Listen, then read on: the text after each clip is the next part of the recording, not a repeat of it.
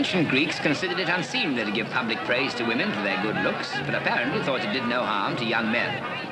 Note that, unlike our own popular playwrights in England and the United States, the great Athenians scorned what we call love interest and regarded sex appeal as indecent. It's true. Listen to the words put into the mouth of Aeschylus by Aristophanes. He boasts of how he made the Greeks crave, like lions to dash at the face of the foe, and leap to the call of the trumpet. But no Thanabeer have I given you, no Phaedra, no heroine's trumpet. It's no use. This open-air experiment's no good. Or else they haven't the knack of attracting an audience. I'm afraid I must have bored you terribly. Oh, no, sir. No. You sounded a bit heathenish at first, almost as if you believed in them queer old gods. I talked to my missus about it. You see, sir, she's keen on the Salvation Army and likes good, serious talk. But when you said last Sunday that God was there all along, whatever they called him, I knew it was all right. I never thought much of myself as a speaker, but I've never lost my whole audience before. Oh, not at all, sir. I've heard worse. But there's two things that no speaker can stand up against. What are they, may I ask? One's a band, the other's a fight. Salvation Army knows that. They always has a band. Well, I'm off duty now that your meeting's over, sir. I'll take you across, if you like. Oh, thank you. There's a special attraction this Sunday. There's Major Barbara. Major Barbara? How can a woman be a major? Oh, she can in the army, sir.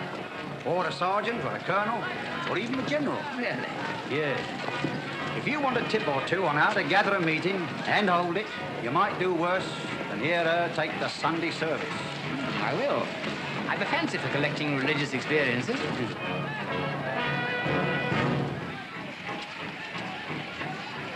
Amid all the poverty and ugliness of our lives here, the sin and the suffering, the grime and the smoke, the toil and the struggle, you know, and I know, that God is with us, always and everywhere. We don't need a cathedral to worship him in. Here, beneath God's open sky, we can draw nearer to him. Some of you feel him near you even now, and feel, too, how much you need him. Won't you let him come into your life, now, today, as so many have done before? You want his strength, his guidance, his comfort, and you need his forgiveness and friendship. Some of you turn away from him in bitterness at the hardship of your lives, saying that you do not want God. You want happiness and beauty. God will give you both. There is no beauty like the beauty of the newly saved, who has found the unspeakable happiness that only the consciousness of God's presence and love can give. We in the army have our daily trials. Most of us are as poor as you are, but we are all happy, and the mark of that happiness is on us all for you to see. The rich are not happy. The poor have only to reach out their hands for God's happiness and take it. Is there anyone here who has courage enough to raise his hand as a sign that he would like us to pray for him? Make the decision now.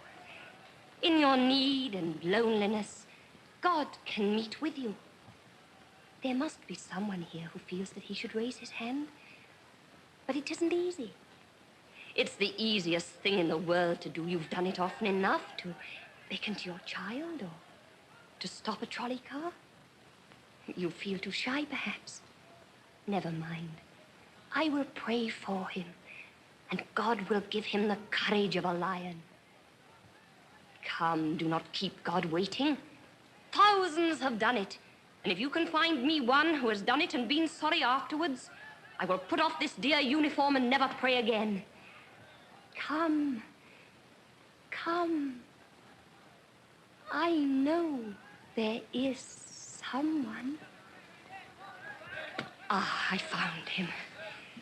Let the brave gentleman come to the front. Make room for him, please. Give me your hand, dear brother. Will you come with me to our shelter where we'll pray together? Friends, you will now sing How Sweet the Name of Jesus Sounds.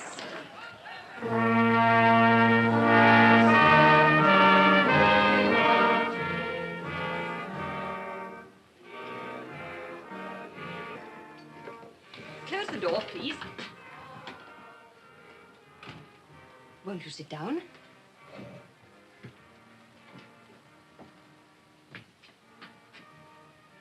Now, before we pray a little together, may I tell you to forget that we've never met before? You mustn't be shy and distant with me. I can see that all's well with you. I can see in your face the new happiness that has just come into your life. You're a new man. You're saved. You feel that, don't you? Listen to me, Major Barbara. I'm here on false pretenses. It is true that a new happiness has come into my life. A happiness which I never quite believed in. But at any rate, I thought would never come into my life. It has come. Thank God. Take care. It hasn't made me a better man. It's made me an utterly unscrupulous one. What do you mean? Look at me. Look deep into my eyes. Is the new happiness that you see there the kind of happiness you're thinking of? It must be. There's no other happiness like it. It gladdens my heart because, under God, I have brought it there. Good. Now, let me warn you that I'm a scholar and a gentleman. I'm as poor as a church mouse, like all scholars. I'm no good for anything in the way of worldly success. But what does that matter? We're all poor here. We never think of money or success. When all our money's spent, we pray for more. And it comes. It always comes. Take your mind off such things. And now, shall we pray together? I never pray. At least, not in your way. The new thing that's come to me is not that I'm saved. I was saved when I was 5 years old, when I first swallowed your religion. Since then, I've swallowed 20 religions. It's my life's work. I'm interested in the essence of all religions, not in their catchwords or in yours. Let us find it for you here. We can. Nonsense. I have more to teach you about religion than you can yet imagine. You think so? Then why have you come here with me? Why did you hold up your hand? Because I have impulses that I cannot explain. They come very seldom, but when they come, nothing can stop me. There's an end of my conscience, of my prudence, of my reason. Such an impulse seized me the moment I saw you. You may be poor. Our table manners may be different. Our relatives may not mix. Probably everything is against our associating with each other. No matter. I will join the army. I will put on a uniform and beat the drum. In short, I am hopelessly and forever in love with you, and will follow you to the end of the world until you marry me. Is that plain?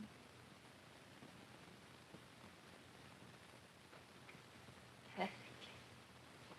And now, will you begin by seeing me home? I should like to put you through your first trial by showing you where I live and introducing you to my family. God has some little surprises for you, my friend. Have we far to go? What about a taxi? We don't run to taxis in this part of the world. Most of us have never been in one. We'll have to take a bus. Well, there's a 73. Jump in.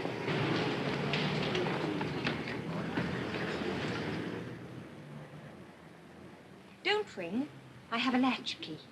By the way, I'd better know your name before I go in. Well, you haven't mentioned yours, and it's I that have to introduce you. My name's Adolphus Cusins. Adolphus? What a name. I shall call you Dolly. My relatives do. I wish they didn't. Introduce me as Professor Cusins. Allude to me as Miss Undershaft. Undershaft. Not Undershaft, the Cannon King. The rival of Krupp and Skoda, the multimillionaire. Don't worry, Dolly. I haven't seen him since I was that high. You'll find my mother much more terrifying.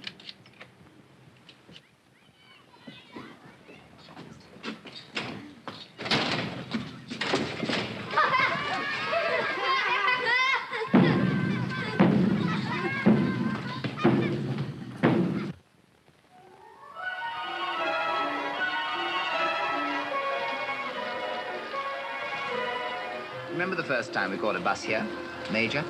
Yes, and you wanted to take me home in a taxi. I've cured you of those extravagant ideas, haven't I? Yes. Takes the daughter of a millionaire to teach economy to the penniless professor of Greek.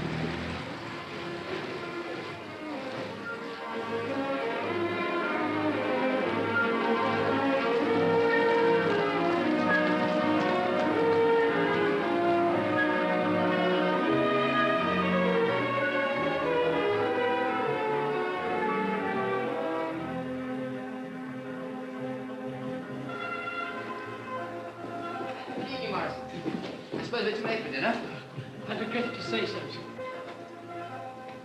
So, Oh, excuse me.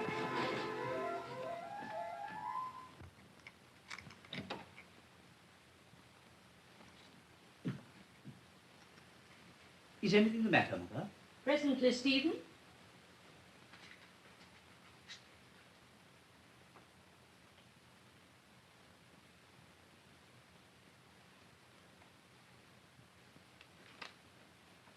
Don't begin to read, Stephen. I shall require all your attention. It was only when I was waiting. Now. I haven't kept you waiting very long, I think. Not at all, Mother. Give me my cushion, please. Sit down. Don't fiddle with your tie, Stephen. There's nothing the matter with it. Oh, I beg your pardon. Stephen, I really cannot bear the whole burden of our family affairs any longer. You must advise me. Really, Mother, I know so little about our family affairs. So impossible to mention some things, too. I suppose you mean your father. Yes? My dear, we can't go on all our lives not mentioning him. You're old enough now to be taken into my confidence and to help me deal with him about the girls. Oh, the girls are all right. They are engaged. Yes, I've made a very good match for Sarah. Charles Lomax will be a millionaire, 35. But in the meantime, his trustees cannot allow him more than 800 a year. Yes, but... Sarah will have to find at least another 800. And what about Barbara? I thought Barbara was going to make the most brilliant career of all of you. And what does she do? Joins the Salvation Army and walks in one evening with a professor of Greek whom she's picked up in the street. Yes, I was rather taken aback when I heard they were engaged. Cusins is a very nice fellow, certainly. No one would ever guess that he was born in Australia. Oh, Adolphus Cusins will make a very good husband. After all, nobody can say a word against Greek. Oh, no, indeed. Besides, my dear, you must marry soon. I'm trying to arrange something for you. Don't sulk, Stephen. I'm not sulking, Mother. And what has all this to do with my father? My dear Stephen, where is the money to come from? You know how poor my father is. Whereas your father must be fabulously wealthy. There's no need to remind me of that, Mother. I've hardly ever been able to open a newspaper in my life without seeing our name in it. The Undershaft quick-firer, the Undershaft torpedo, the Undershaft submarine, and now the Undershaft bomb. At Harrow, they called me the Woolwich Infant. And at Cambridge, some little beast spoilt my Bible, your first birthday present to me. By writing underneath my name, son and heir to Undershaft and Lazarus, death and destruction dealers, addressed Christendom and Judea. But that wasn't so bad as the way people kowtowed to me everywhere I went. Because my father was making millions by selling cannon. Exactly. That's why he's able to behave as he does, openly defying every social and moral obligation. It's criminal. But he does not actually break the law. He broke the law when he was born. His parents were not married. Mother, is that true? Of course it's true. That's why we separated. But this is frightful for me, Mother, to have to speak to you about such things. Now, be a good boy, Stephen, and listen to me.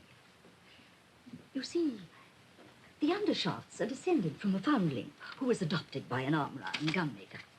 That was centuries ago. Ever since then, the cannon business has been left to an adopted foundling named Andrew Undershaft. Your father was adopted in that way. And he pretends to consider himself bound to carry on the tradition and adopt someone to lead the business, too. Then it was on my account, Mother, that your home life was broken up. I am sorry. Well, dear, there were other differences. I really cannot bear any moral man. Your father didn't exactly do wrong things, but he said them and thought them. That was what was so dreadful. He really had a sort of religion of wrongness. I couldn't forgive him for preaching immorality while he practiced morality. All this simply bewilders me, Mother. Right is right and wrong is wrong. And if a man cannot distinguish them properly, he's either a fool or a rascal, and that's all. That's my own boy. Now that you understand the situation, what do you advise me to do? We cannot take money from him.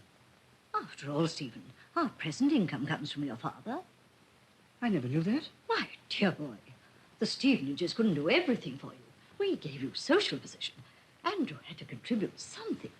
So you see, it isn't a question of taking money from him or not. It's simply a question of how much.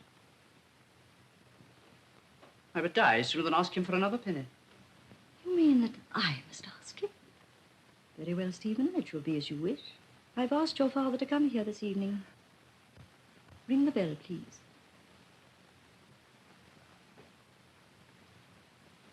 He may be here at any moment. Morrison, go and tell everyone to come to the drawing room at once. Yes, Lily.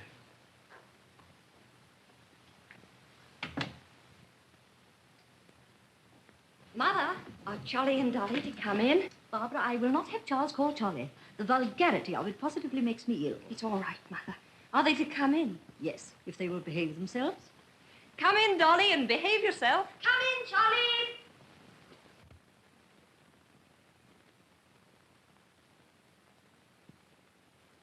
Sit down, all of you. Listen to me, children. Your father is coming here this evening. What? Oh, I say. You're not called on to say anything, Charles. Are you serious, Mother? Of course I'm serious. It's on your account, Sarah, and also on Charles's. I hope you're not going to object, Barbara. I? Why should I? My father has a soul to be saved like anybody else. He's quite welcome as far as I'm concerned. Yes. Well, not that I mind him coming here, you know, if Sarah doesn't. Thank you. Adolphus, have I your permission to invite my own husband to my own house? You have my unhesitating support in everything you do, Lady Brett. I wonder how the old boy will take it. Much as the old girl will, no doubt, Charles. No, I didn't mean it. At least I... You didn't think, Charles. You never do. The result is you never mean anything. Now, please attend to me, children. Your father will be quite a stranger to us. I suppose he hasn't seen Sarah since she was a little kid, really? Not since she was a little kid, Charles, as you express it with that elegance of diction and refinement of thought that seem never to desert you. Accordingly... Might I speak a word to you, my lady? Nonsense. Show him in. Yes, my lady.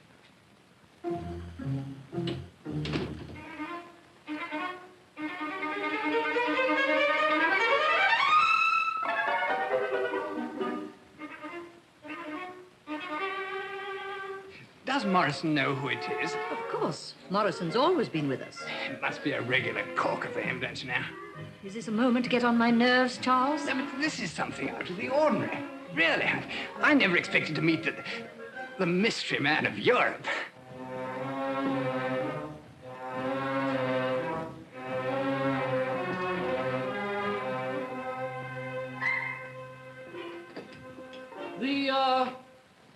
Mr. Undershaft.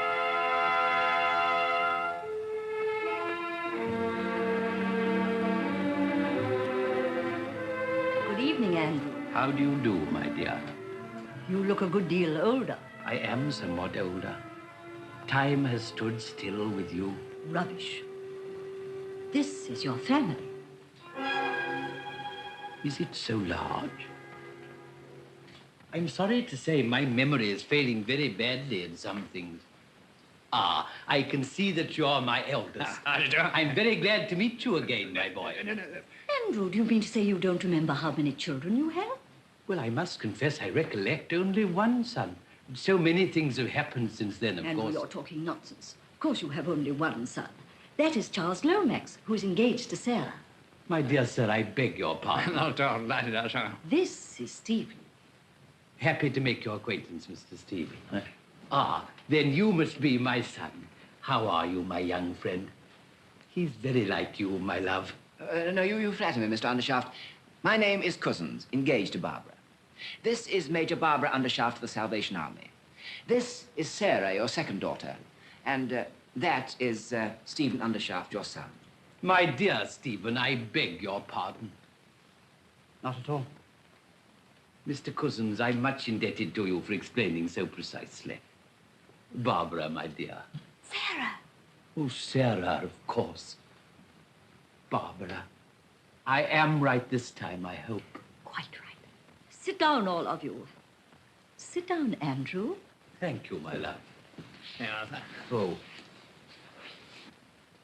Thank you.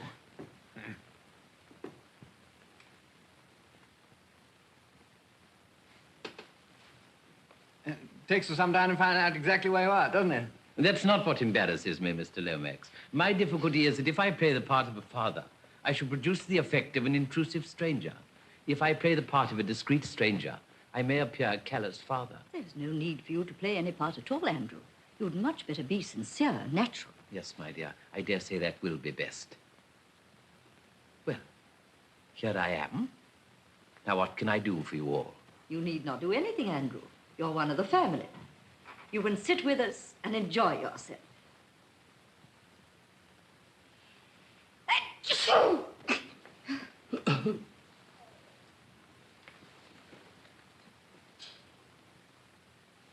What on earth is this, Morrison? Your hot lemon and ginger, sir. Always at 9:15.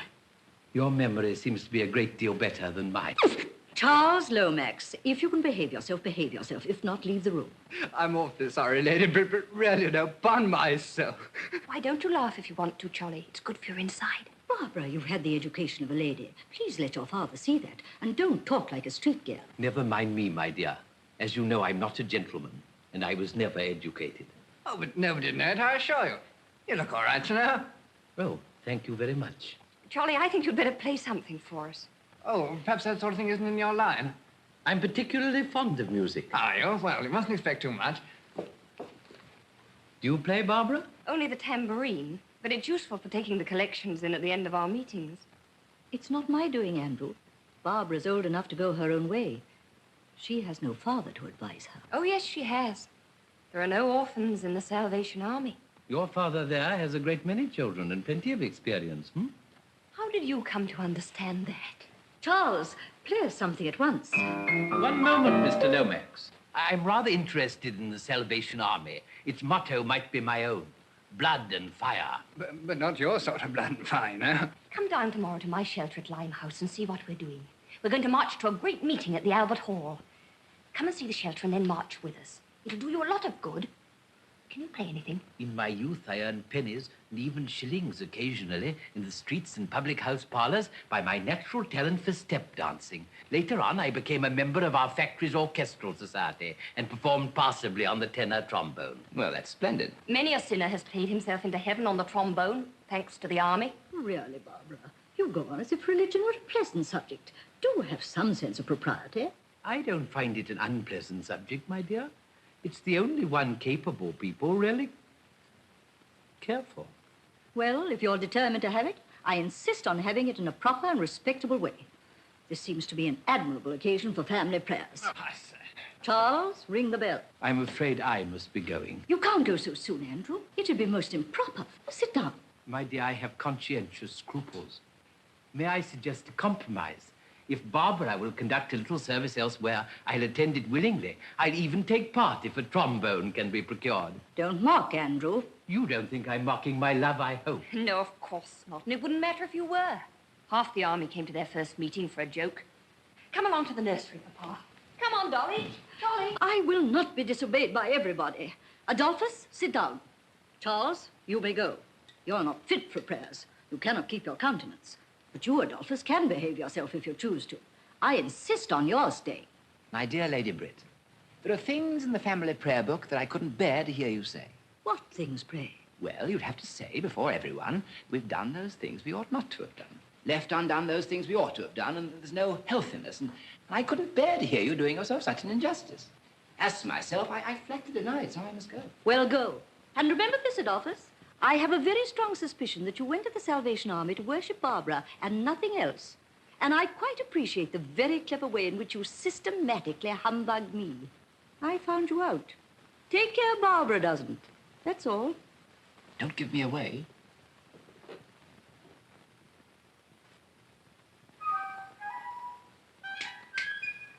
Sam, if you want to go, go.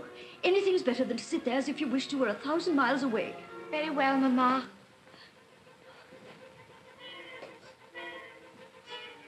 Mother, what's the matter? Nothing. Foolishness. You can go with him too, if you like, and leave me alone. Oh, you mustn't think that, Mother. I don't like him. The others do. That's the injustice of a woman's lot.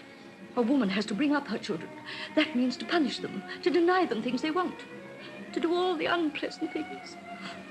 And then the father, who has nothing to do but to pet them and spoil them, comes in when all her work is done and steals their affection from her. Have you ever saved a maker of cannons? No. Will you let me try? I'll make a bargain with you. If I go to see you tomorrow in your Salvation shelter, will you come the day after to see me in my cannon works? Take care. May end in your giving up the cannons for the sake of the Salvation Army. Are you sure it won't end in your giving up the Salvation Army for the sake of my cannons? I'll take my chance of that. And I'll take my chance of the other. Where is your shelter? In Limehouse, at the sign of the cross. Ask anybody in Chinatown.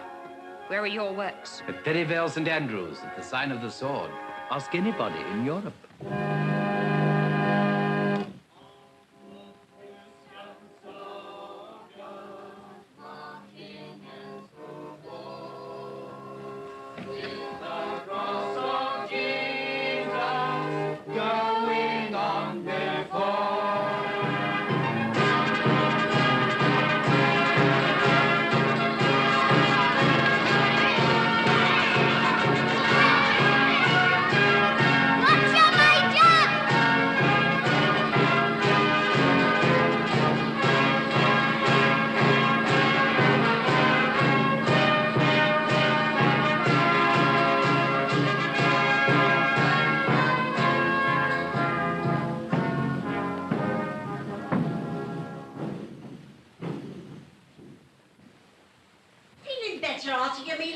No. Call this a meal? Good enough for you, perhaps. What is it to me, an intelligent working man? Working man? Yes.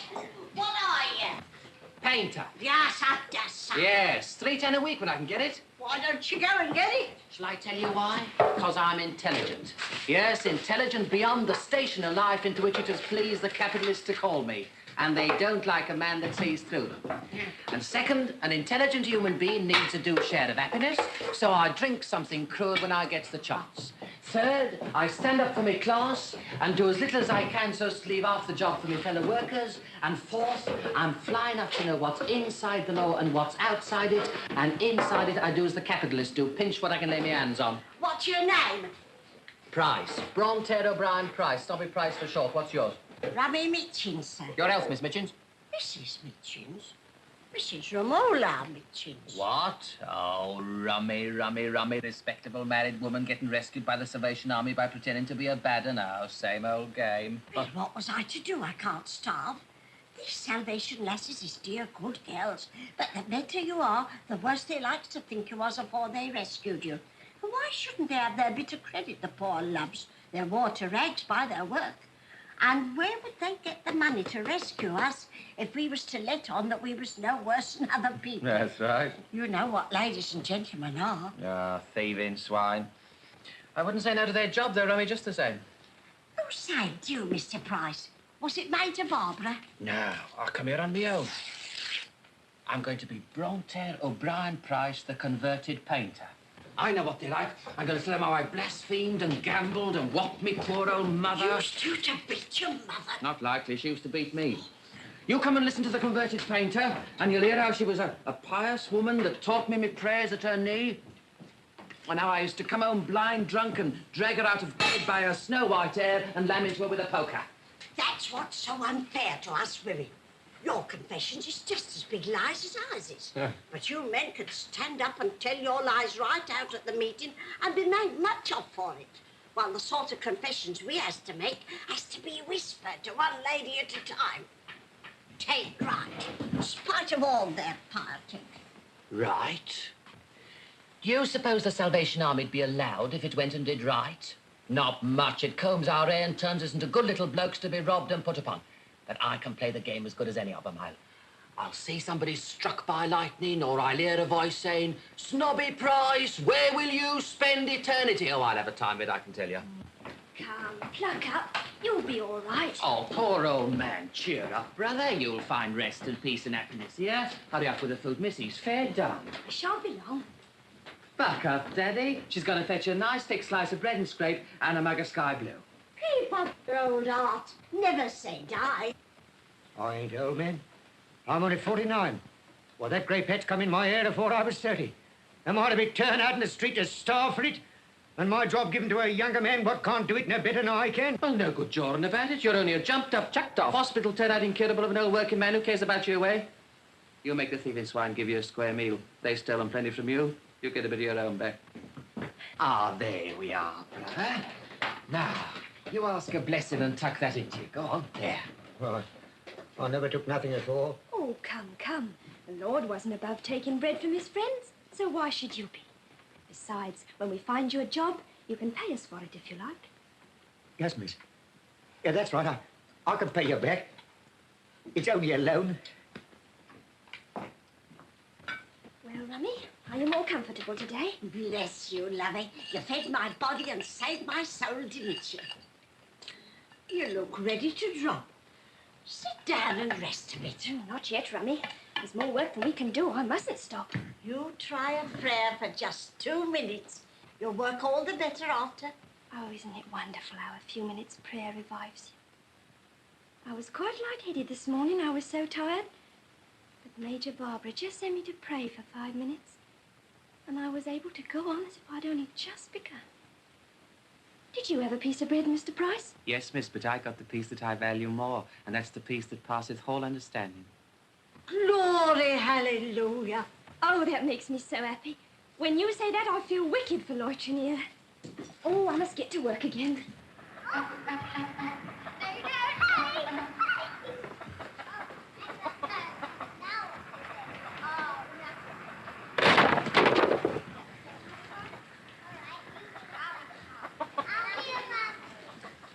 Hello, Bill.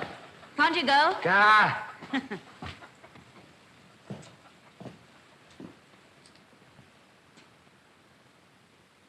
I know you. You're the one what took my girl away, aren't you? You're the one what set her against me.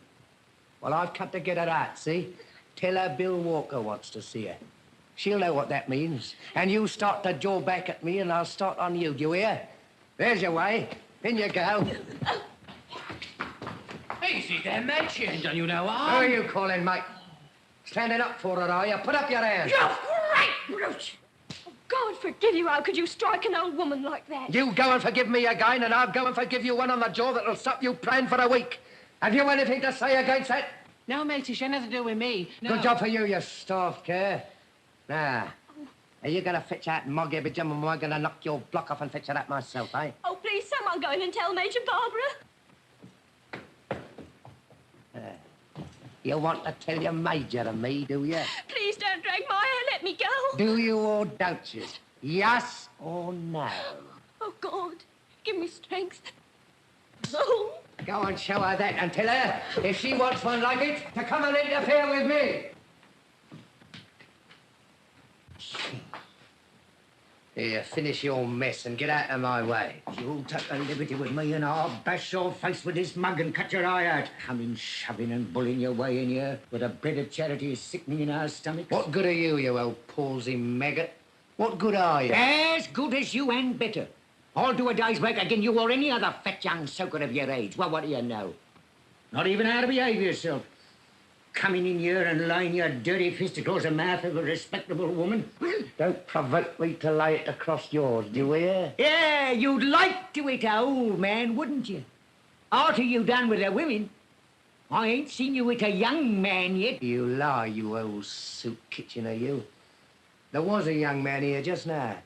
Did I offer to hit him or did I not? Was he starving or was he not? Was he a man? Or just a cross-eyed thief and a loafer?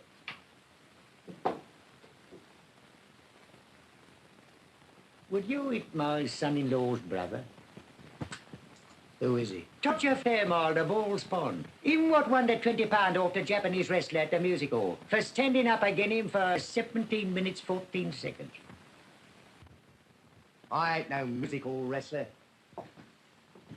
Can he box? Yes, and you can't. What, I can't I? What's that you say? Will you box Todger Fairmall if I put him onto you? I'll stand up to any man alive if he was 10 Todger Fairmalls, but I don't set up to be a professional. Here, what am I doing talking to an old mucker like you for? I'm going in there to fix her out. You're going to be carried to the police station on a stretcher, more likely. You mind what you're about. Why, haven't you heard that the Major here is a grand order, no? You'll see. Well, I ain't done nothing to her. Suppose she says you did. Who's going to believe you? God, there ain't no justice in this country. I'm as good as her. Tell her so. It's what a fool like you would do. Good morning. Morning. Sit down. Make yourself at home. Now then, since you've made friends with us, we want to know all about you. Name and trades, please. Peter Shirley, fitter. Chucked out of my job 2 months ago because I was too old. You'd pass still. Why didn't you dye your hair? I did. And my age came out at the coroner's inquest in my daughter. Steady. She told you. Never out of a job before. Good worker and sent to the scrap heap. No matter. If you did your part, God will do his. My religion's no concern of nobody but myself. I know. Secularist. Did I offer to deny it? Why should you? My own father's a secularist, I think. Our father, yours and mine, fulfills himself in many ways. And I dare say he knew what he was about when he made a free thinker of you. So buck up, Peter. We can always find a job for a steady man like you. What's your name? What's that to you? Afraid to give his name. Any trade? Who's afraid to give his name? If you've got a charge to bring against me, bring it. My name's Bill Walker. Bill Walker? Oh, you're the man that little Jenny Hill was praying for inside just now. Who's Jenny Hill and what call she got to pray for me? I don't know. Perhaps it was you that cut her lip. Yes, it was me what cut her lip. I ain't afraid of you. How can you be, since you're not afraid of God? You're a brave man, Mr. Walker. It takes some pluck for us to carry on our work here, but none of us dare lift a hand against a girl like that, for fear of her father in heaven. I don't want none of your cat and jaw, see? I suppose you think I came here to beg from you like this damaged lot here. Not me. I don't want none of your bread and scrape. And I don't believe in your God, neither. No more than what you do yourself. Oh, I beg your pardon for putting your name down, Mr. Walker. I didn't understand. I'll strike it out. Here, you let my name alone. Ain't my name good enough to go in your book? Well, you see, there's not much point by putting your name down if I can't do anything for you. What's your trade? That's no concern of yours. Quite so. I'll put you down as the man who struck poor little Jenny Hill in the mouth. I see, I've had enough of this. What did you come here for? I came for my girl, see? I came to take her out of this and to break her jaw for her. You see, I was right about your trade. What's her name? Her name? Mog Ibbage, and that's what her name is. Mog. Mog Habijam. Oh, she's gone to Tower Bridge to our shelter there. Has she? Then I'm going to the Tower Bridge after her. Here. Are you lying to me so as you can get shot of me? I don't want to get shot of you. I want to keep you here and save your soul. You better stay. You're going to have a bad time today, Bill. Who's going to give it to me? You, perhaps. Someone you don't believe in. But you'll be glad afterwards. Yes. Well, I'm going to the Tower Bridge to get out the reach of your tongue. And if I don't find Mog there, I'll come back and I'll do 2 years for you. Self me if I don't. It's no use, Bill. She's got another bloke. What's that? He fell in love with her when he saw her with her soul saved and her face clean and her hair washed. Well, what did she wash it for, the carroty cat? It's red. It's quite lovely now, because she wears a new look in her eyes to go with it. It's a pity you're too late, Bill. The new bloke's put your nose right out of joint. I'll put his nose out of joint for him. Not that I care a curse for her, mind that. But I'll teach her to drop me as if I was dirt, and I'll teach him to meddle with my duty. What's his bleeding name? Sergeant Todger Fairmile. I'll go with him, miss. I want to see them two meet, and I'll take him to the infirmary when it's over. Here. Is that him what you were speaking of? That's him. Him what wrestled with the Jap? That's him. Only he's given up fighting for religion. So he's a bit fresh for want of exercise, but he'll be very glad to see you. Come along. Here. What's his weight? 14.5. Go and talk to him, Bill. He'll convert you. He'll convert your head into a mashed potato. I ain't afraid of him. I ain't afraid of nobody. But he can lick me. She's done me. You ain't going? I thought not. Jenny. Jenny! Yes, Major? Send Rummy Mitchums out here to clear away. Oh, I think she's afraid. Nonsense. She'll do as she's told. Rummy, the Major says you must come. Oh, all right, I'm coming then. Poor little Jenny. Are you tired? Does it hurt? Oh, no, it's all right now. It's nothing. It was as hard as he could hit, I expect. Poor Bill. You don't feel angry with him, do you? Oh, no, indeed I don't, Major. Bless his poor heart. Now, come on, Rummy, bustle. Taking these mugs and plates to be washed and throw those crumbs about for the birds. There ain't got to be no crumbs. This ain't the time to waste good bread on birds. Major! Major!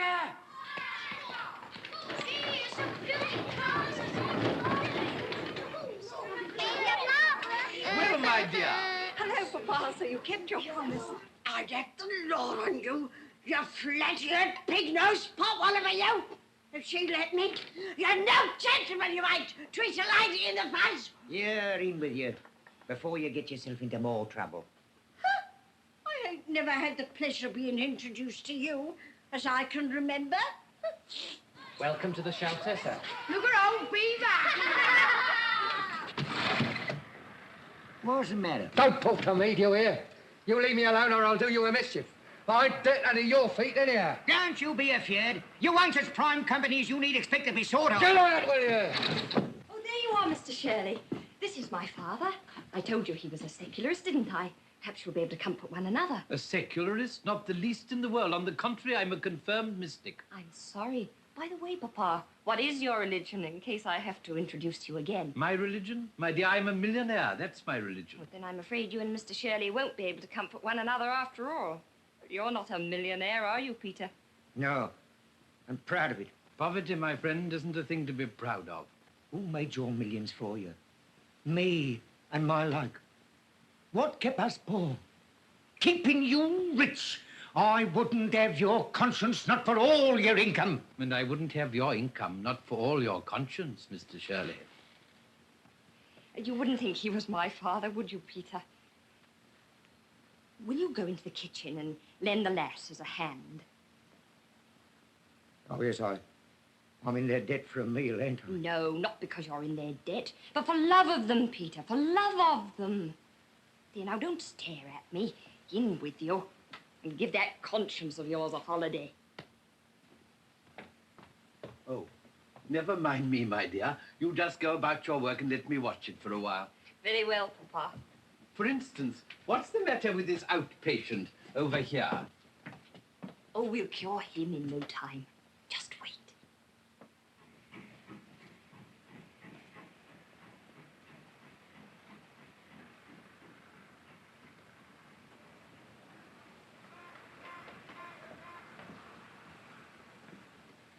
It would be nice just to stamp on Mog Habijam's face, wouldn't it, Bill? It's a lie. I never said so. Who told you what was in my mind? Only your new friend. What new friend? The devil, Bill. When he gets round people, they get miserable, just like you. I ain't miserable. Well, if you're happy, why don't you look happy as we do? I'm happy enough, I tell you.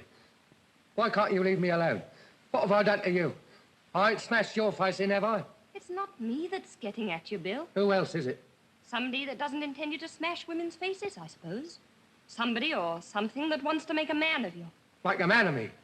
Ain't I a man, eh? Who says I'm not a man? Well, there's a man in you somewhere, I suppose, but why did he let you go and smash little Jenny Hill's face? Now, that wasn't very manly of him, was it? Have done with it, I tell you. Chuck it. I'm sick of your Jenny Hill and her silly face. Then why do you keep thinking about it? Why does it keep coming up against you in your mind? You're not getting converted, are you, Bill? Not me, not likely. That's the spirit. Hold out against it. Put out your strength. Don't let's get you cheap.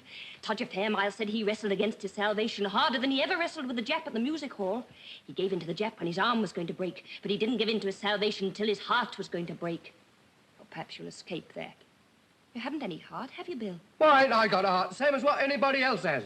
Well, a man with a heart wouldn't have smashed poor little Jenny Hill's face, would he? Leave me alone, will you? Have I ever meddled with you? Nagging and provoking me like this? It's your soul that's hurting you, Bill. And not me. We've been through it all ourselves. Come with us, Bill. To brave manhood on earth and eternal glory in heaven. Come.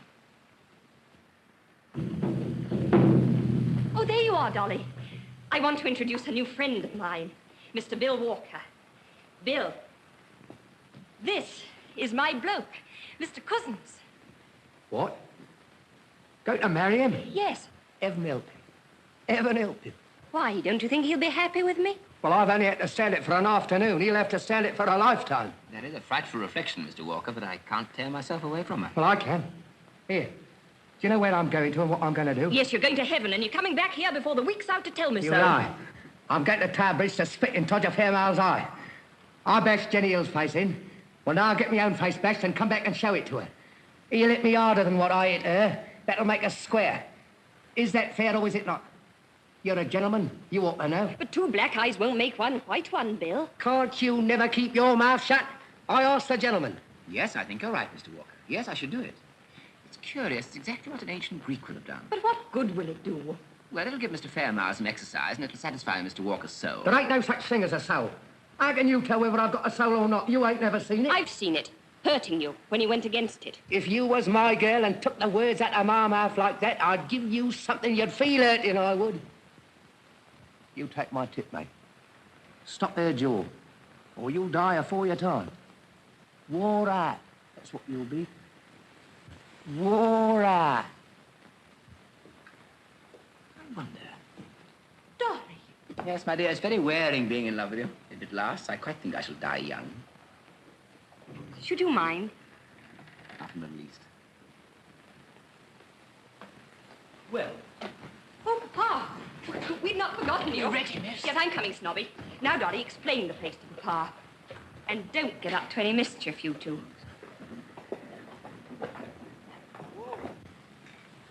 Once the rowdiest pub in the district, Barbara has converted it. She's quite original in her methods. Barbara Undershaft would be. Her inspiration comes from within herself. It's the Undershaft inheritance. I shall hand on my torch to my daughter. She shall make my converts and preach my gospel. What, money and gunpowder? Yes, money and gunpowder, freedom and power, command of life and command of death. This is extremely interesting, Mr. Undershaft. Of course you know you're mad.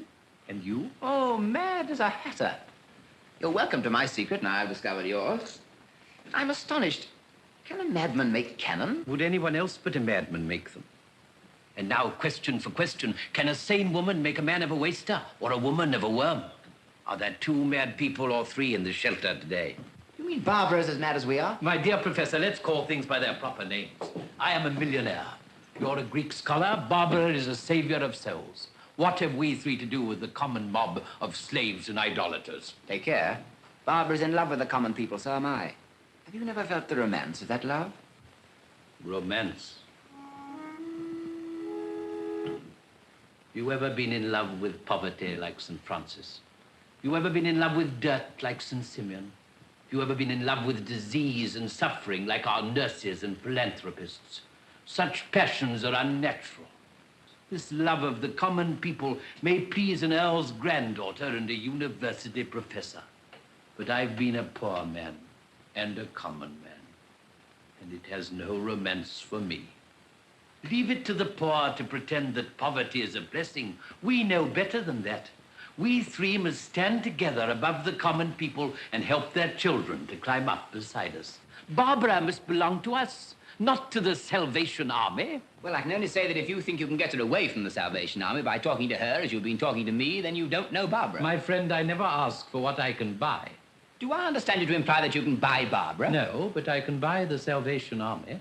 Tell that to Barbara if you dare. I've hardly ever seen them so much moved as they were by your confession, Mr. Price. I could almost be glad in my past wickedness if it had helped to keep others straight. Oh, it will, Snobby. It will. Oh, Father, we've just had the most wonderful experience. Snobby Price drew our biggest crowd for months. Jimmy, how much? 4 and 10 pence, Major. Oh, Snobby, if you'd given your poor mother just one more kick, we should have got the whole 5 shillings. If she heard you say that, miss, she'd be sorry I didn't. Oh, what a joy it'll be to her when she hears I'm saved. Shall I contribute the odd 2pence, Barbara? The millionaire's mite, How did you make that 2pence? As usual, my dear, by selling cannons, torpedoes, and submarines. Put it back in your pocket. You can't buy your salvation here for 2pence. You must work it out. Isn't 2pence enough? I could afford a little more if you pressed me. 2 million millions would not be enough. Your kind of money is no use. Take it away. Dolly, you must write another letter to the papers for me. Oh, I know you don't like it, but it must be done. The General says we've got to close this shelter if we can't get more money. I force the collections at the meetings until I'm ashamed, don't I, Snobby? Oh, it's a fair treat to see the way you work it, Major. The way you got 'em up from 3 and 6 to 4 and 10 in that hymn, penny by penny and verse by verse, was a caution. Not a cheap jack on Mile End Waste could have touched her at it. Excuse me, sir. I wish we could do without it. What use are these handfuls of pennies and halfpence? We want thousands, tens of thousands, hundreds of thousands. I want to convert people, not to be always begging for the army in a way I'd sooner die than beg for myself. But how are we to feed them? I can't talk religion to a man with bodily hunger in his eyes. Oh, it's frightful. Oh, Major, dear. Now, don't comfort me, Jenny. It's all right. We'll get the money. How? By praying for it, of course. It was the General. She's coming to march with us to our big meeting. And she's very anxious to meet you. For some reason or other. Perhaps she'll convert you. My dear, I should be delighted.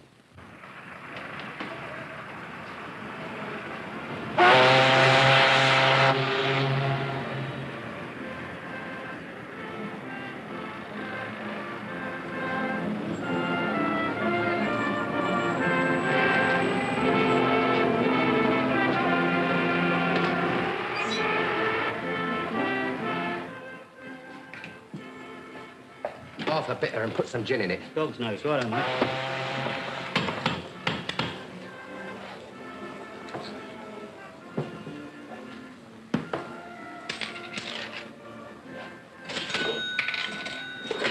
Cool.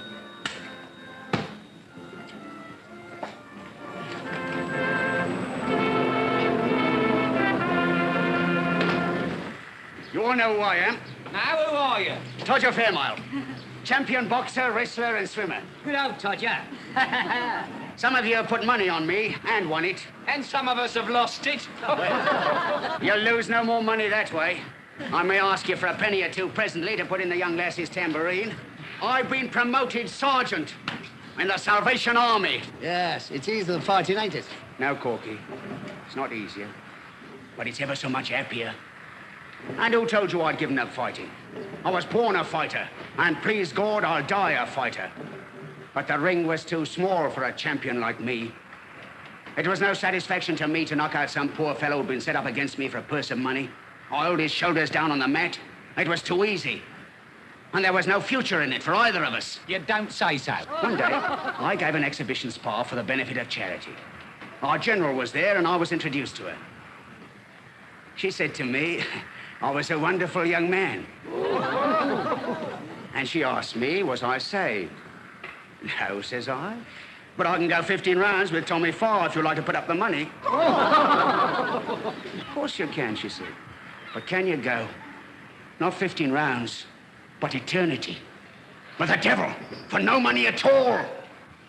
Well, I tried to make light of it. But it stuck. And a week later, I took the count for the first time, and I joined up. And now, I fight the devil all the time. And I'll say this for him, Corky. He fights fairer and harder than some champs we've tackled. But God is against him. And in that sign, we shall conquer. Now, shall we have another hymn?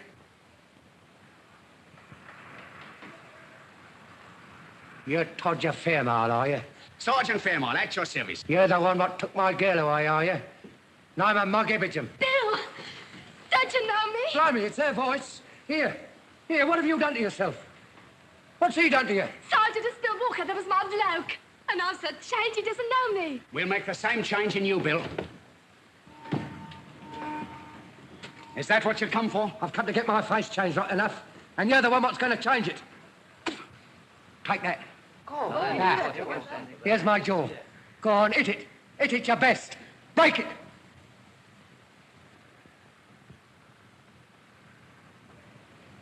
Oh, that I should be found worthy to be spit upon for the gospel's sake. Hit it! Glory, hallelujah. Glory, hallelujah. Bill, you shouldn't have done that. You've spit in the face of your salvation. Listen here, you. Do you know I slept with a girl named Jenny Hill? One of your limehouse lasses? We do. Has she converted you? Keep your mind off this conversion business and listen to what I'm saying. I broke Jenny Hill's jaw this morning. Oh, no, you didn't, Bill. It ain't so easy to break a jaw as you think. You haven't got the punch for it. You hit her in the face like a fine, bold fella you are, and now you want to forgive yourself, and you find you can't, unless I give you a blow back harder than you can hit. Friends, this man is on the way to his salvation. Let us all pray for him. Kneel down, Bill. Get out, will you? Well, kneel down, brother. Get him on his knees. Here, you leave me alone. What do you think I'm made of, cast iron? Brother, pray with us. Dear Lord, break his stubborn spirit, but don't hurt his dear heart. Never mind my dear heart. How about my ribs?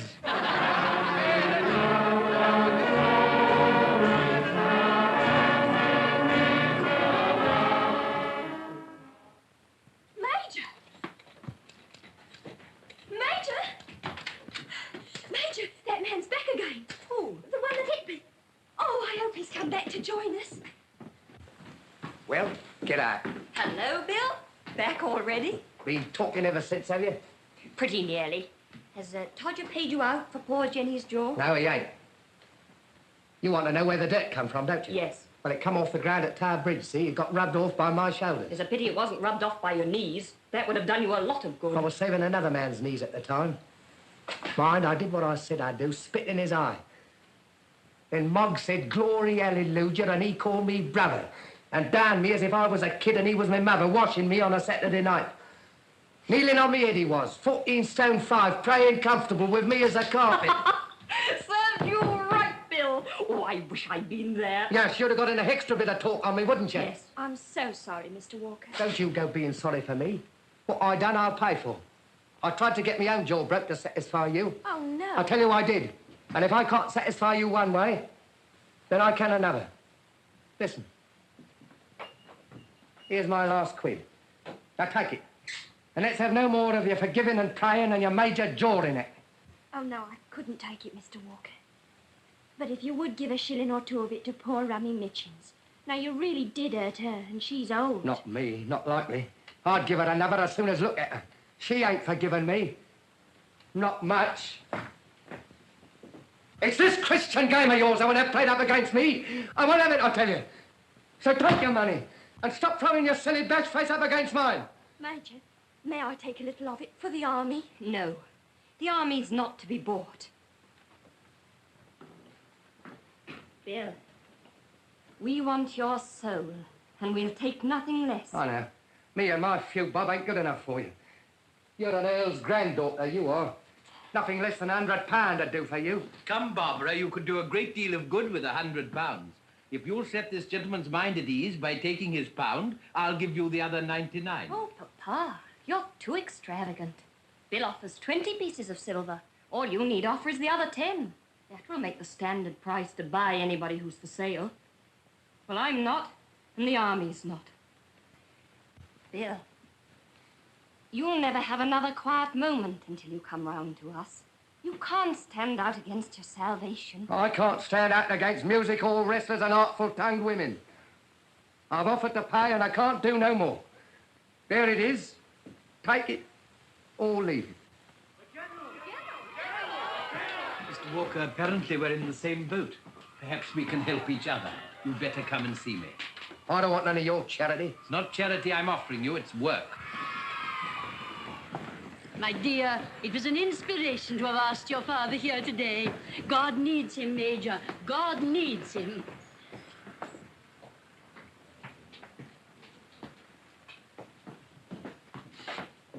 This is my father, General. Try what you can do with him. He won't listen to me because he remembers what a fool I was when I was a baby. Have you been shown over the shelter, Mr. Undershaft? You know the work we're doing, of course. The whole nation knows it, madam. No, sir, the whole nation does not know it. Or we should not be crippled as we are for want of money to carry our work through the length and breadth of the land. Let me tell you that there would have been trouble this winter in London, but for us... You really think so? I know it. I remember last year when all you rich gentlemen hardened your hearts against the cry of the poor. They demonstrated outside your clubs in Piccadilly. And actually walked into the Ritz and demanded a meal. I remember very well. Well, won't you help us to get at the people? They won't demonstrate then. Come here, my man. Let me show you to this gentleman. You remember the epidemic of window smashing? Remember it? I was the ringleader, Mum. Would you break windows now? Oh, no, Mum. The windows of heaven have been opened to me. I know now that the rich man is a poor sinner like myself. Begging your pardon, Mum. Mr. Price, your mother's asking for you. She's heard about your confession. Go, my friend, go to your mother and pray for her. You can come through the kitchen, Mr. Price. Oh, I couldn't face her now, ma'am, not with the weight of my sins fresh on me. Tell her she'll find her son at home, waiting for her in prayer. You see how we take the anger and bitterness out of their hearts, Mr. Undershaft. I do indeed, madam.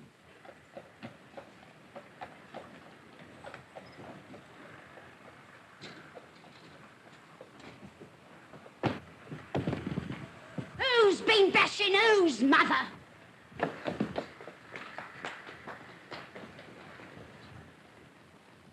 Barbara, Jenny, I've good news, most wonderful news. Our prayers have been answered. Have we got enough money to keep the shelter open? I hope we shall have enough money to keep all the shelters open. Lord Saxmundham has promised us £50,000. Hooray! If 5 other gentlemen will give 10,000 each to make it up to the 100,000. But who is Lord Saxmundham? I never heard of him. A new creation, my dear. Do you ever hear of Sir Horace Bodger? Bodger? Do you mean the distiller? Bodger's whiskey? Yes, that's the man. He's one of the greatest of our public benefactors. He restored the cathedral at Hackington. They made him a baronet for that. He gave £500,000 to the funds of his party. They made him a viscount for that. What'll they give him for the 50,000? There's nothing left to give him, so the 50,000, I imagine, is to save his soul. Heaven grant it may. Oh, Mr. Undershaft, you have some very rich friends. Can't you help us towards the other 50,000? Look, we're going to hold a great meeting this evening at the Albert Hall. If I could only announce that one gentleman had come forward to support Lord Saxmundham, others would follow. Don't you know somebody? Couldn't you? Wouldn't you? Oh, think of those poor people, Mr. Undershaft. Think of how much it means to them and how little to a great man like you. Madam, you're irresistible. I can't disappoint you. And I can't deny myself the satisfaction of making Bodger pay up. You shall have your 50,000. Thank God. You don't thank me, madam. Oh, sir, don't try to be cynical. Don't be ashamed of being a good man. The Lord will bless you abundantly, and our prayers will be like a strong fortification round you all the days of your life. You'll let me have the cheque to show at the meeting, won't you? Mr. Duff. Thank you. I prefer my own.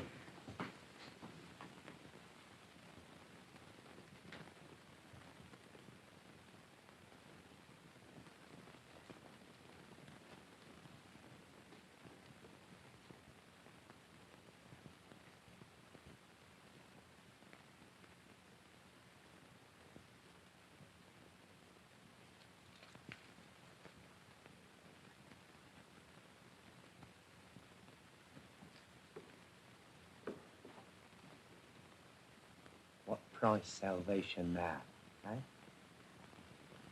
Stop! General, are you really going to take this money? Why not, my dear? Why not? Do you know what my father is?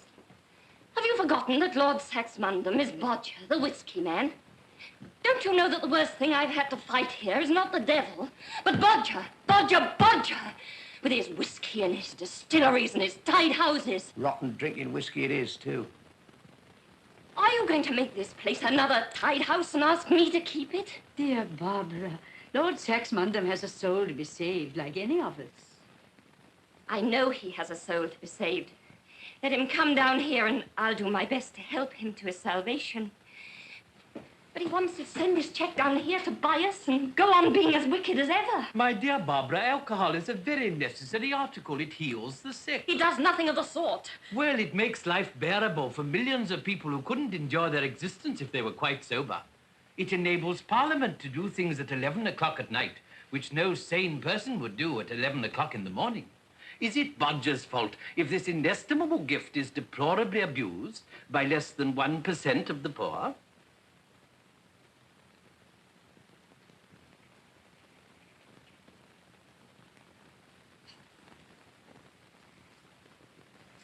Barbara, will there be less drinking or more if all those poor souls we are saving come tomorrow and find the doors of the shelter shut in their faces? Lord Saxmundham gives us this money to stop drinking, to take his own business from him. Pure self-sacrifice on Bodger's part, clearly. Bless dear Bodger. I also, General, may claim a little disinterestedness. Think of my business. Think of the widows and orphans, the oceans of blood not one drop of which is shed in a really just cause. All this makes money for me. I'm never busier, never richer than when the papers are full of it. Well, it's your work to preach peace on earth and goodwill towards men. Every convert you make is a vote against war. Yet, I give you this money to help hasten my own commercial ruin. The millennium will be inaugurated by the unselfishness of Undershaft and Bodger. Oh, be joyful. Oh, what an infinite goodness one finds in everything. Who would have thought that any good could come out of war and drink? Oh, dear, how blessed, how glorious it all is. A miracle. Let us seize this unspeakable moment. Let us march to the great meeting at once. Our shelter saved! Hooray! The army's saved! Everybody's saved! Hallelujah! On to the meeting! On!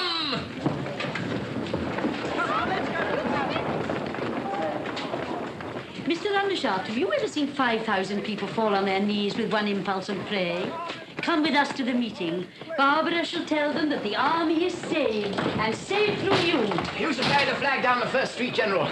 Mr. Undershaft is a gifted trombonist. He shall march with us, blasting us to high heaven. Blow, Machiavelli, blow! I'll do my best. I could vamp a bass if I knew the tune. It's a wedding chorus from Donizetti's operas. But we've converted it. We convert everything here, including Bodger. You remember the chorus? For thee, immense rejoicing, immenso jubilo, immenso jubilo. Rum-dum-de-dum-dum. Dolly, you're breaking my heart. What's a broken heart, more or less, here? St. Undershaft and St. Bodger have descended, the patron saints of peace and temperance. I am possessed! Come, Barbara. I must have my dear Major to carry the flag with me. Yes, yes, dear Major. I can't come. Come. Barbara, do you think I'm wrong to take this money? No, no. God help you, you must. You're saving the army. Go, go, and may you have a great meeting. But aren't you coming? No. Barbara, what are you doing? Major, you can't be going to leave us. Father, come here. My dear. No, don't be frightened. There. It's not much for £50,000, is it? Barbara, if you won't come and pray with us, promise me you'll pray for us. I can't pray now. Perhaps I shall never pray again. Barbara! Major! I can't bear any more. Barbara! Quick, march! Come on, Machiavelli! I must go now, my dear. You're overworked. You'll be all right tomorrow. We'll never lose you. Now, Jenny, step out with the old flag. Blood and fire. Glory, hallelujah! Glory, hallelujah! Hey, up there! Immenso jubilo!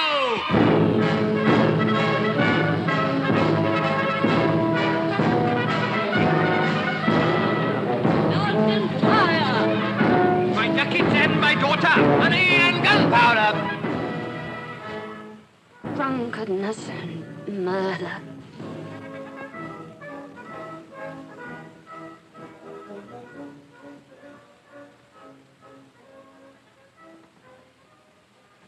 My God, why hast thou forsaken me?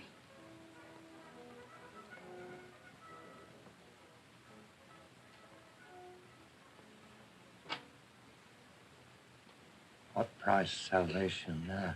Don't you hit her when she's done. She hit me when I was down. Why shouldn't I get a bit of my own bit? Here, where's my money gone? Blimey, if Jenny Hill didn't take it after all. You lie, you dirty blackguard! Snobby Price pinched it. I see him do it. What's to my money? Why didn't you call thief on him, you silly old mucker, you? Serve you out for hitting me across the face. That's cost you £1, that has. I got even with you. I let it out to you. You can't afford to lose it, Bill. I'll send it to you. Not if I was to starve for it. I ain't to be bought. Ain't ya? Sell yourself to the devil for a pint of beer. So I would, and often have. Cheerful. But she can't buy me. You wanted my soul, did you? Well, you ain't got it. I nearly got it, Bill. But we've sold it back to you for £50,000. A dear at the money. No, it was worth more than money. It's no good. You can't get round me now. I don't believe in it. And I've seen today that I was right. So long, old soup kitchener. Ta-ra, Major Earl's granddaughter.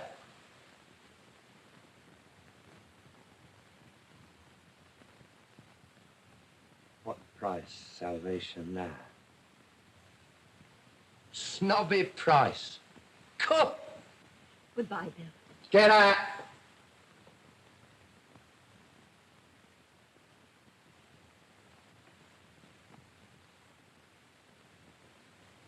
That's all right, you know.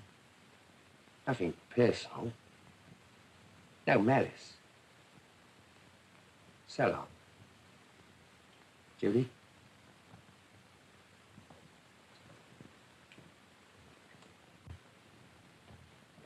No malice. So long, Bill. All clear, Rummy. He's gone.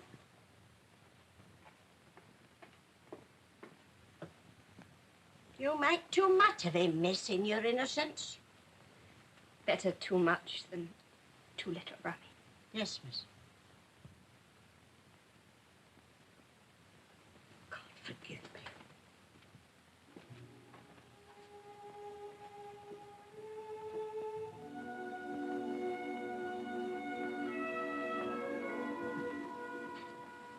Let's go, Peter.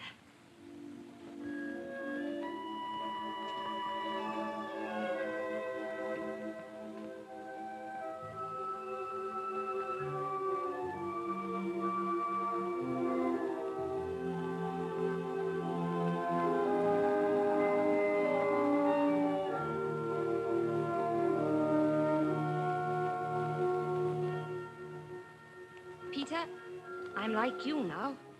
Cleaned out and lost my job. Youth and hope, that's two better than me. I'll get you a job, Peter. That's hope for you.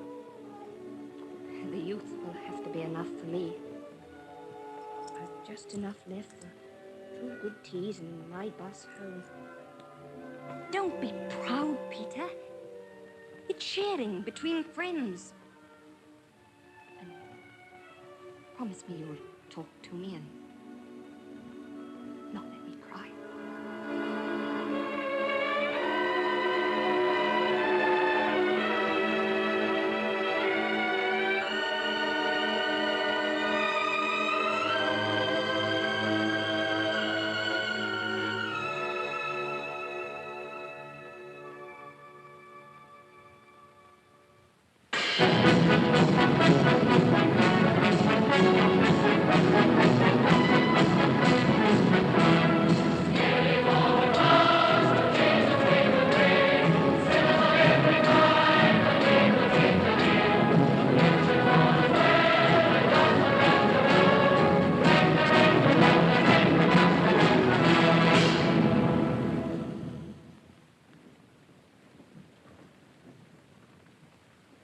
Let us pray.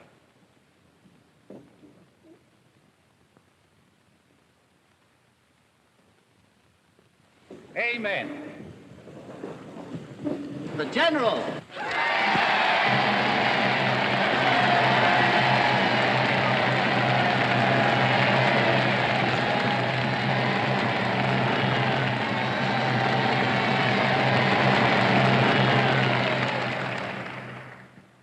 Friends, we have a duty tonight which we must not forget. God has answered our prayers wonderfully by sending us a great gift, one that will enable us to get through many winters as bitter as this one has been. without stinting one of his children of their little ration of bread and milk and their warm blanket in the shelter. You all know the name of the nobleman who, under God, was the instrument of the first half of that gift. You will pray for him and rejoice in his salvation. God bless Lord Saxmundham. You do not know the name of that other generous servant of God who has made up the whole sum for us. And I must not tell it to you, for he is one of those who does not let his right hand know what his left hand doeth.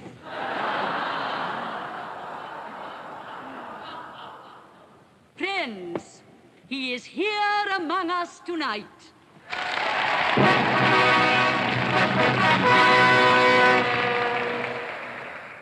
This afternoon, when he announced his magnificent offering to me, I exclaimed, "Thank God." He smiled and said, "You do not thank me." I told him to come to this meeting, and he would hear how we thanked him. He has come, and you have kept my word for me.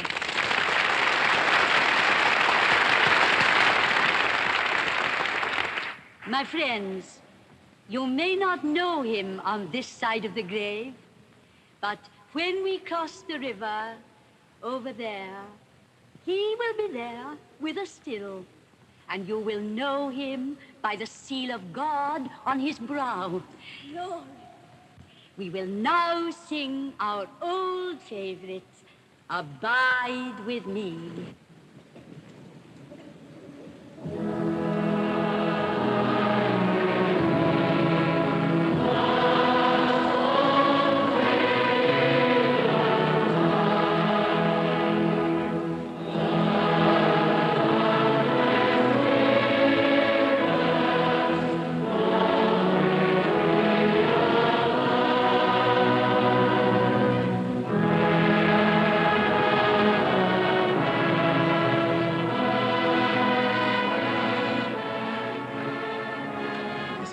More than I bargained for. Come and have supper with me at my flat. I've got something to say to you. We'll pick up a cab outside. Yes, but I must call at Wilton Crescent to ask if Barbara's got home safely. Never mind Barbara. She can look after herself, and her uniform will protect her better than 10 policemen. Come on. It's about Barbara I want to talk to you.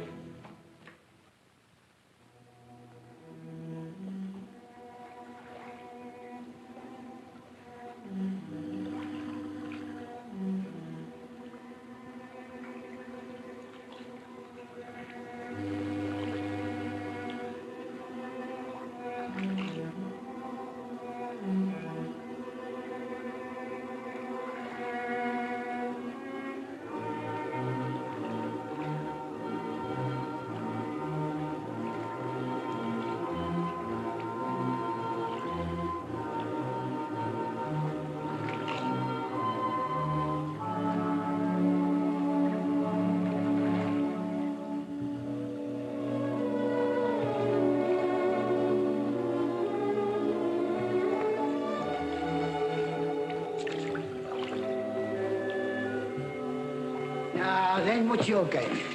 I've been watching you. Don't try throwing yourself after that bonnet and giving me the trouble of fishing out, because you won't be let do it, see? That's what you thought, is it? Even if I wanted to throw away my life, I wouldn't risk yours. You'll excuse me, miss, but are you quite yourself this evening? I'm not at all sure. I've walked a very long way, and I've become quite tired suddenly. Do you think you could find me a taxi to take me home? Taxi, miss? What you want, by the look of you, is an ambulance. Ambulance?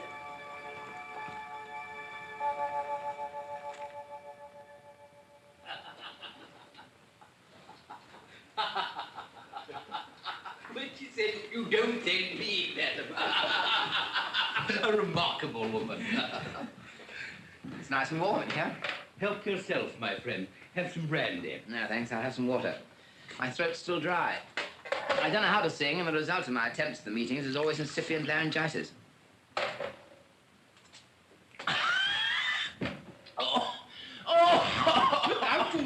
chimney on fire. Burnt my throat. What on earth is it? It's all right, it's only vodka. It won't hurt you. Try some of that temperance burgundy. It will wash away the sting.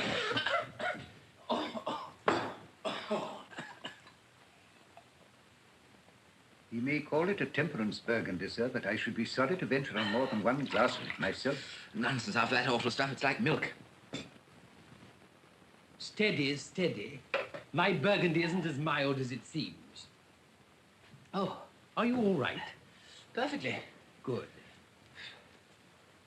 You don't mind if I get rid of this? That means you're getting rid of Barbara. Not at all. Yes, she refused to swallow Bodger's whiskey.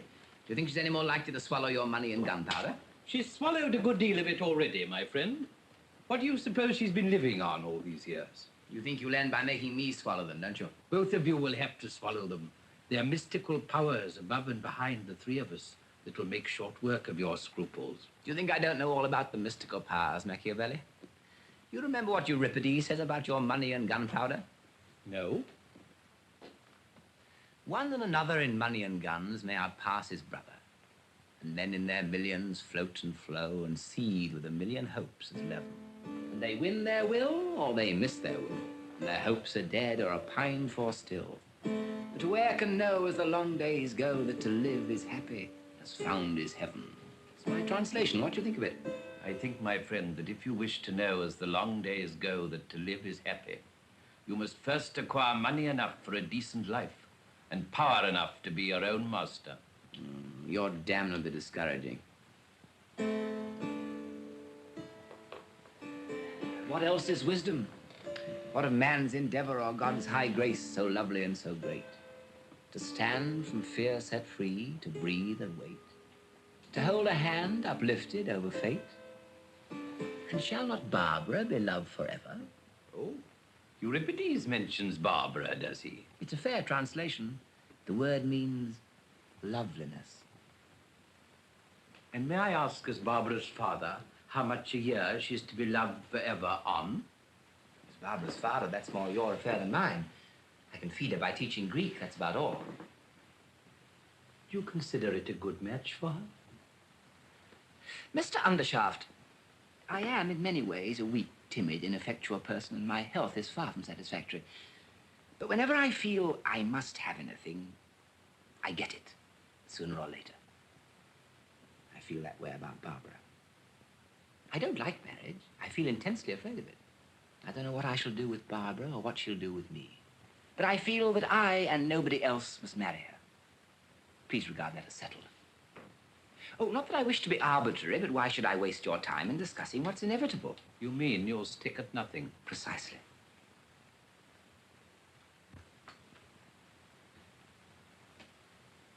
Professor Cusins, you're a young man after my own heart. Mr. Undershaft, you are, as far as I'm able to gather, a most infernal old rascal. But you appeal very strongly to my sense of ironic humor. Good. We shall get on well together. Have you ever thought about going into business? My business? Money and gunpowder? Never. Barbara's money will come from it. Why not help to earn it? You thought of that at all? Look here, Machiavelli. I am interested in thought reading and have, in fact, made some experiments in it, but I object to your trying it on me. When my head is clear, I'll tell you exactly what I think. Just at present, I'm in a state of exaltation. I don't know why. Perhaps the excitement of that meeting.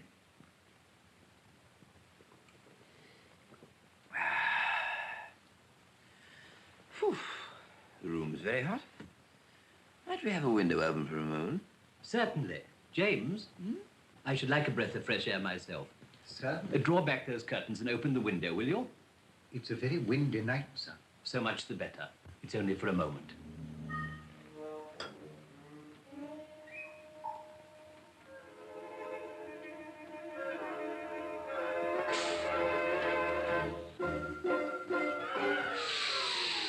Ah, what a relief. Steady, Machiavelli, steady. Lend a hand, will you? Quick! Right, sir. I'm afraid he's here for the night, sir.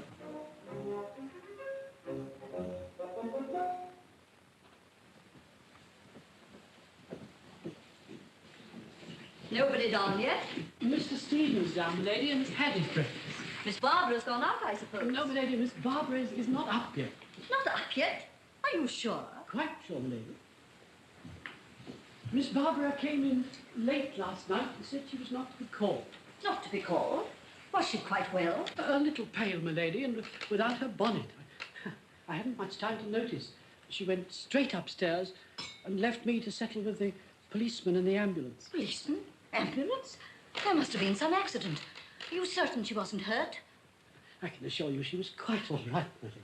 Well, what have you laid all those extra places for? You're expecting Mr. Cusins and Mr. Lomax, my lady. The car's ordered for 10:30 to take the party Well, to where? To Mr. Undershaft's place, I think, my lady. To the factory, you mean? Well, yes, my lady. The factory pays your wages, Morrison. Yes, my lady, that is what factories are for. You must put up with them. Bacon and eggs, my lady, as usual? No, I'll have a sausage this morning. Yes. Ah, breakfast. Oh, good morning, Lady Britt. You're late, Charles. Where's Adolphus? I haven't the faintest idea. Morning, darling. Morrison, we're starving. Ah, bacon and eggs. Sausages. Sausages, good. No kidneys, Morrison. Kidneys, sir. Yeah? Thank heaven for the English breakfast.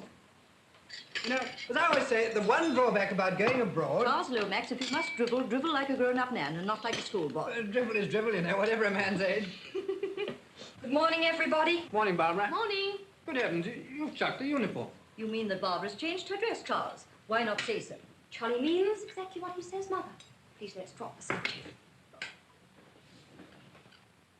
Oh, I'm awfully sorry, Barbara. You'll get over it, you know. Personally, I never shut my eyes to the fact there's a certain amount of tosh about the Salvation Army. On the other hand... That's enough, Charles. Speak of something suited to your mental capacity. Thank you for your sympathy, Charlie. Now, go and flirt with Sarah.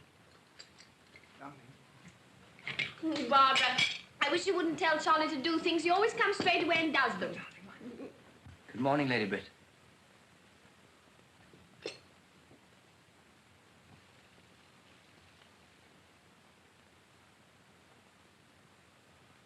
Morning, darling. Good morning. Morning. Good morning. Just some water, please, Morrison. With ice in it. I say, old boy, did you have a bad night? No, I had a very good night. In fact, one of the most remarkable nights I ever passed. The meeting? No, after the meeting. You ought to have gone to bed after the meeting. What were you doing? Drinking. Adolphus! Charlie! I say! What were you drinking, may I ask? A most devilish Russian spirit. I believe it was vodka. Are you joking, Dolly? No. I've been making a night of it with the nominal head of this household, that's all. Andrew made you drunk. No, he just provided the drink. To tell you the truth, I've never been quite drunk before. I rather liked it last night. I told you I was possessed. Possessed? You're not sober yet. Go home to bed at once. I've never before ventured to reproach you, Lady Britt, but how could you marry the Prince of Darkness? It was much more excusable to marry him than to get drunk with him. That's a new accomplishment of Andrew's, by the way. He usedn't to drink. He doesn't know, although he had an admirable excuse for doing so last night. You see, he'd just given away £50,000. Given away? Yes, to the Salvation Army. And he insisted upon remaining anonymous. That was rather fine, old boy, you know. Most chaps would have wanted the advertisement. He said all the charitable institutions would be down on him like kites in a battlefield if he gave his name. That's Andrew all over. Never does a proper thing without giving an improper reason for it. He convinced me that I have all my life been doing improper things for proper reasons. Mr. Undershaft has just arrived. He's in the drawing room, my lady. Children, go and get ready. Your father doesn't like to be kept waiting. Adolphus! Now that Barbara's left the Salvation Army, you had better leave it too. I will not have you playing that drum in the streets. Your order is already obeyed, Lady Britt.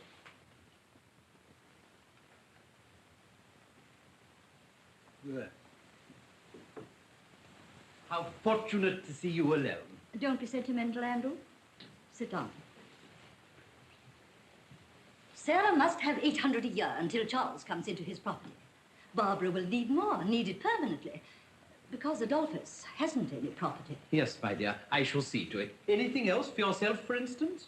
I want to talk to you about Stephen. Don't, my dear. Stephen doesn't interest me. He does interest me. He's our son. Do you really think so? Andrew, don't be aggravating and don't be wicked. At present, you're both. Do you pretend that Stephen couldn't carry on the foundry just as well as all the other sons of big business houses? Yes, he could learn the office routine without understanding the business like all the other sons. Stephen is the most steady, capable, high-minded young man. You're simply trying to find an excuse for disinheriting him. My dear, the Undershaft tradition disinherits him. But I must admit it's landed me in a difficulty. As you yourself remark, I'm getting on in years, and I haven't found a fit successor yet. There is Stephen. That's just it. All the foundlings I can find are exactly like Stephen. I want a man with no relations and no schooling. That is, a man who'd be out of the running altogether if he weren't a strong man. And I can't find him. If you want to keep the business in the family, you'd better find an eligible foundling and marry him to Barbara. You would sacrifice Stephen to Barbara? Cheerfully. Come, Biddy. Don't call me Biddy. I don't call you Andy. And your tie's all on one side. Put it straight. Oh, I beg your pardon. No, come in, Stephen. Good morning. I understand you want to come into the cannon business. I? Going to trade? Certainly not. Cannons are not trade, Stephen. They're national enterprise. I have no intention of becoming a man of business in any sense. I intend to devote myself to politics. My dear boy, this is an immense relief to me, and I trust it may prove an equally good thing for the country. Stephen, I cannot allow you to throw away an enormous property like this. Mother, there must be an end of treating me as a child, if you please. Any further discussions had better take place with my father as between one man and another. Stephen! I'm sorry, Mother, that you have I quite understand, Stephen. By all means, go your own way. If you feel strong enough. You see, my dear, it's only the big men who can be treated like children. All right, Stephen, your independence is achieved. You've won your latchkey. Now, what about your future as between one man and another? It's settled that you don't ask for succession to the cannon business. I hope it is settled that I repudiate the cannon business. My dear boy, don't be so devilish sulky. Freedom should be generous. Besides, I owe you a fair start in life in exchange for disinheriting you. You can't become Prime Minister all at once, you know. Haven't you a turn for something? What about literature, art, and so forth? I have nothing of the artist about me, either in faculty or character, thank heaven. A philosopher, perhaps? I make no such ridiculous pretension. Just so. Well, then there's the army, the navy, the church, and the bar. The bar requires some ability. What about the bar? I'm afraid I haven't the necessary push. I believe that is the name the barristers give their vulgarity for success in pleading. Rather a difficult case, Stephen. Hardly anything left but the stage, is there? Well, is there anything you know or care for? I know the difference between right and wrong. You don't say so. What? No capacity for business? No knowledge of law? No sympathy with art? No pretension to philosophy? Only a simple knowledge of the secret that has baffled all the lawyers, muddled all the men of business, and ruined most of the artists. The secret of right and wrong. Why, man, you're a genius, a master of masters, a god. And at 28, too. You are pleased to be facetious. I pretend to nothing more than any honorable Englishman claims as his birthright. Oh, very well. Have it your own way. You know nothing and you think you know everything. That points clearly to a political career. We'll get you a private secretaryship to someone who can get you an under-secretaryship, and you'll find your natural and proper place in the end on the Treasury bench. I'm sorry, sir, that you force me to forget the respect due to as my father. I am an Englishman, and I will not hear the government of my country insulted. The government of your country. I am the government of your country, I and Lazarus. Do you suppose that you and half a dozen amateurs like you, sitting in a row in that foolish gabble shop, can govern a country like England? Be off with you, my boy, and play with your historic parties and leading articles and burning questions and the rest of your toys. And in return, you shall have the support and applause of my newspapers and the delight of imagining that you're a great statesman. Really, my dear father, it's quite impossible to be angry with you. I suppose it is natural for you to think that money governs England. But you must allow me to think I know better. And what does govern England, pray? Character, Father. Character. Whose character, yours or mine? Neither yours nor mine, Father. But the best elements in the English national character. Stephen, I found your profession for you. You're a born journalist.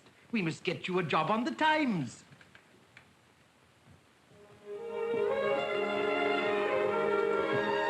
Don't be apologetic, Stephen. Yes, and don't forget you've outgrown your mother.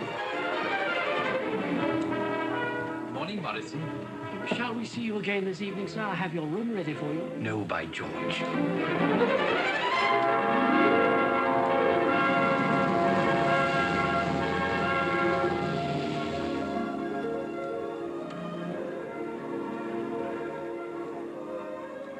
You look a little pale, my dear. I've made you unhappy, haven't I? Do you understand what you've done to me? Yesterday, I had a man's soul in my hand. I set him in the way of life with his face to salvation. And when we took your money, he turned back again to drunkenness and derision. I'll never forgive you there. Never. Does my daughter despair so easily? Can you strike a man to the heart and leave no mark on him? You forget, my dear. Bill Walker spat in Todger's eye to save his honor. He gave up his hard-earned pound to save his soul. Do you know what a pound means to such a man? It's your faith that's failing, not his. Will he ever strike a woman again as he struck Jenny Hill? You've sent him on the road to his salvation. It may not be your road, but he won't turn back. Oh, yes, you're right. He can never be lost now. Where's my faith? Oh, clever, clever devil. You may be a devil, but God speaks through you sometimes. You've given me back my happiness. I can feel it deep down now, though my spirit is troubled. You've learnt something, my dear. That always feels at first as if you'd lost something.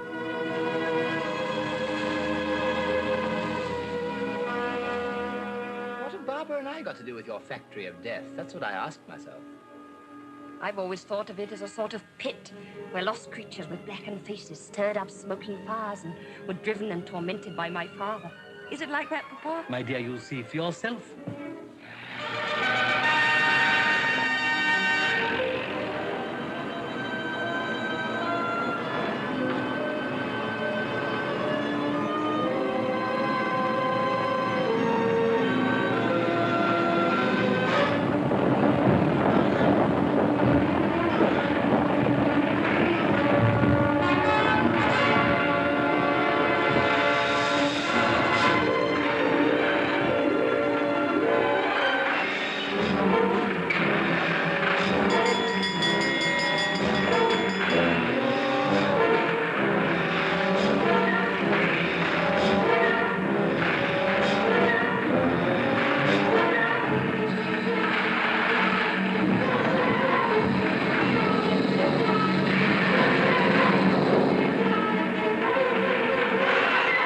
Materials of destruction. Or construction. How about railway lines, for instance?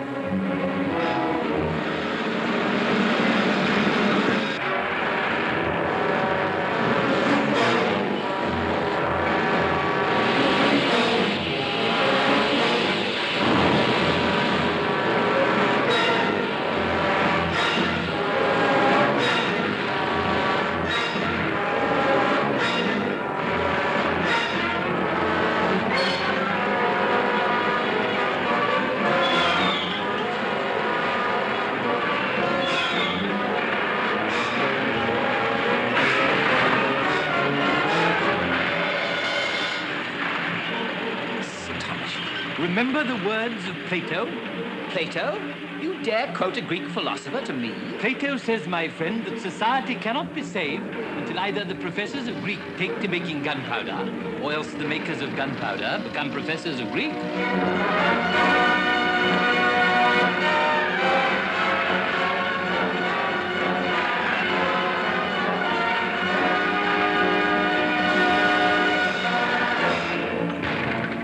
My predecessors, the old swordsmiths, used the same stuff, boiling steel.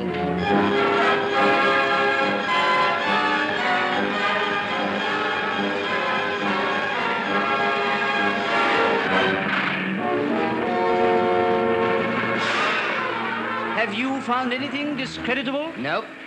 The men call him Dandy Andy, and are proud he's a cunning old rascal.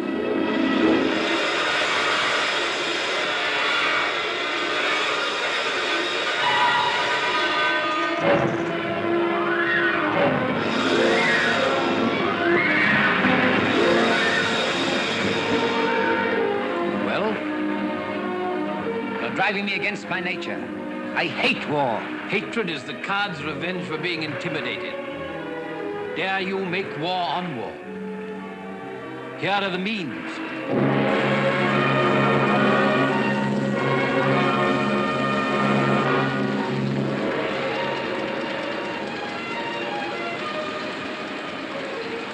Well, Euripides, you coming into my business?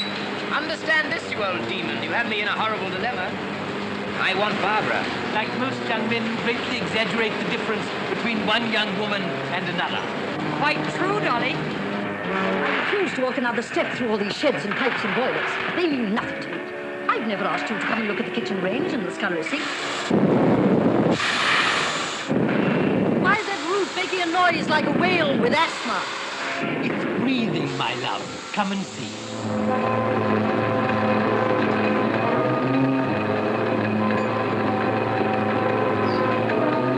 This is ridiculous. Is it snow or salt or what? Nitrates to make explosives. Or sulfates to fertilize your fields. If you prefer the explosive way, that's your affair, not mine. Come, Euripides. You think that nitrates are good for nothing but death. Now I'll show you the sort of life they produce.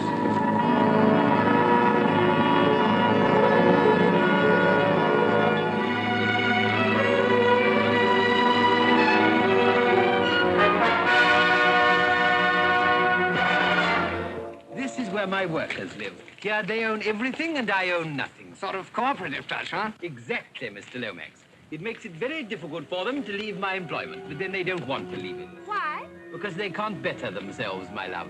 Slavery, I call it. Do you, my dear?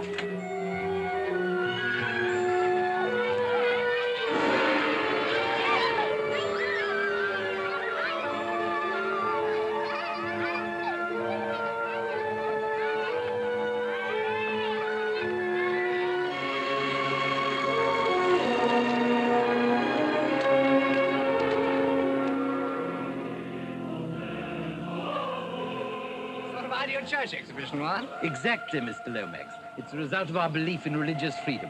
Its official name is the meeting place of all the religions. The men call it Piety Square. Are you sure that all this pampering is really good for the men's characters? My dear boy, when you're organizing civilization, you have to make up your mind whether trouble and anxiety are good things or not. If you decide that they are, then I take it you simply don't organize civilization. Good morning. However, our characters are safe here. A sufficient dose of anxiety is always provided by the fact that we may all be blown to smithereens at any moment.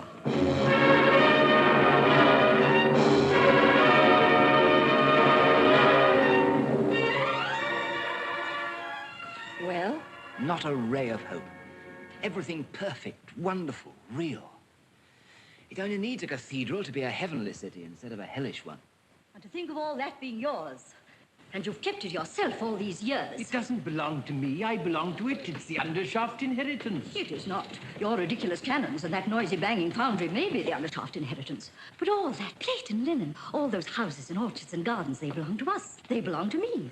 They're not a man's business. I won't give them up. What lovely flowers. Never mind about the flowers, Andrew. You're trying to put me off the subject of the inheritance. Well, you shan't.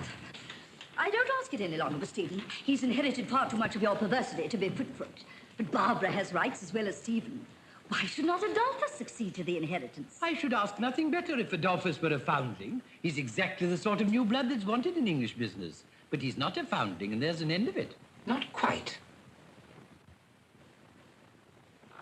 I think, mind, I'm not committing myself in any way as to my future course, but I think the foundling difficulty can be got over. What do you mean? Well, I have something to say which is in the nature of a confession. A confession? Yes, a confession. Listen, all of you. Won't you sit down?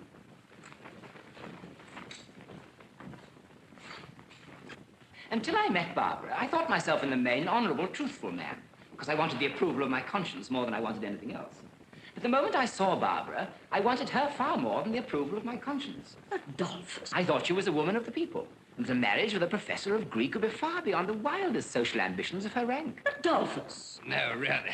When I learnt the horrible truth... What do you mean by the horrible truth, pray? She was enormously rich, that her grandfather was an earl, that her father was the Prince of Darkness, and that I was only an adventurer trying to catch a rich wife.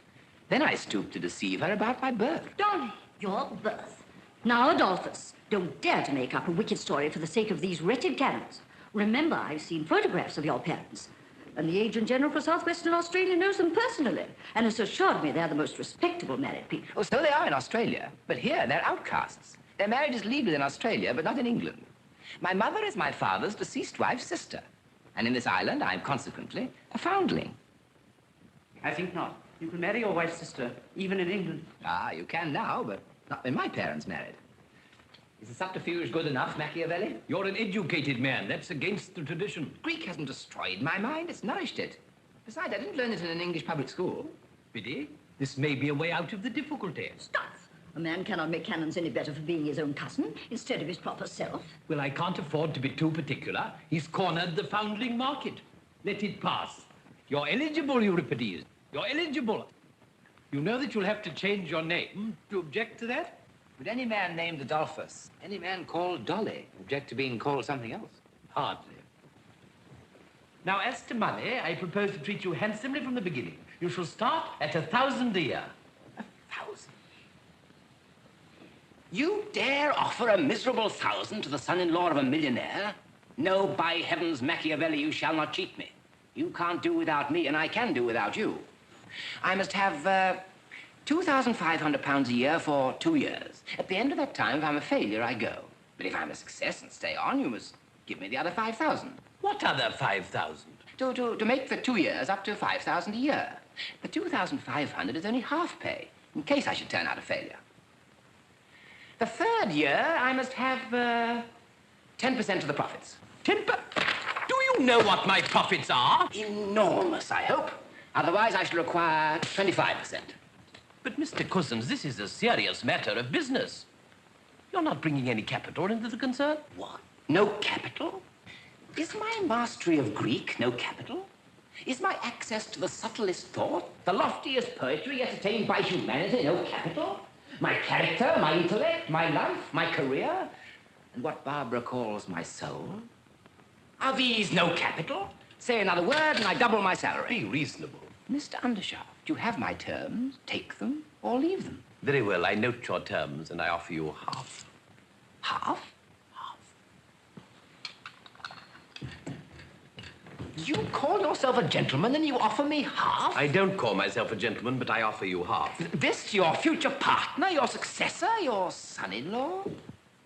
Leave me out of the bargain, please, Dolly. You're selling your own soul, not mine.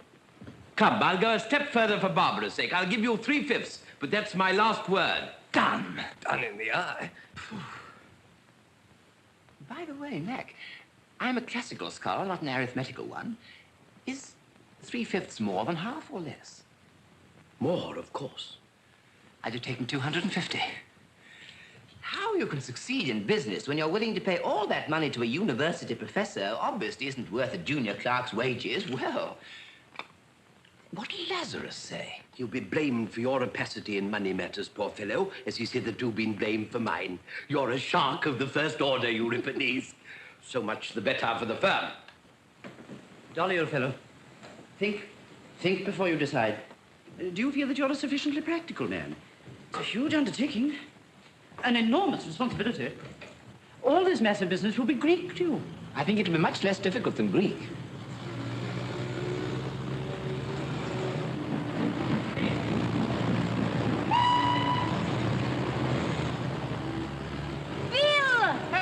Judy, what do you think of it? Got myself a job, £3 dinner a week. How's that for salvation, eh? Barbara? You understand, don't you, that I had to decide without consulting you? If I'd left this choice to you, you'd sooner or later have despised me for it. Your father's challenge has beaten me. Dare I make war on war? I dare. I must. I will. And now, is it all over between us? silly baby, Dolly. How could it be? Then you owe for my drum. Take care, Dolly. Take care. Oh, if only I could get away from you, from Father, and from it all. And leave me? Yes. I can't. I was happy for a moment in the Salvation Army. But as soon as our money ran short, it all came back to Bodger. Undershaft and Bodger. Their hands stretch everywhere. And as long as that lasts, there's no getting away from them. Turning our backs on them is turning our backs on life. Do you know what would have happened if you'd refused Papa's offer? I wonder. I should have given you up and married the man who'd accepted it. After all, my dear old mother's got more sense than any of you. I felt like her when I saw this place. Felt that I must have it. That never, never, never could I let it go. Only she thought it was all the houses and the kitchen ranges and the linen and the china. But it was really all the human souls to be saved. Not weak souls in starved bodies, sobbing with gratitude for a scrap of bread and scrape. But souls that are hungry because their bodies are full. My father shall never throw it in my teeth again that my converts were bribed with bread. I have got rid of the bribe of bread. I have got rid of the bribe of heaven. Let God's work be done for its own sake. The work that he had to create us to do, because it cannot be done except by living men and women.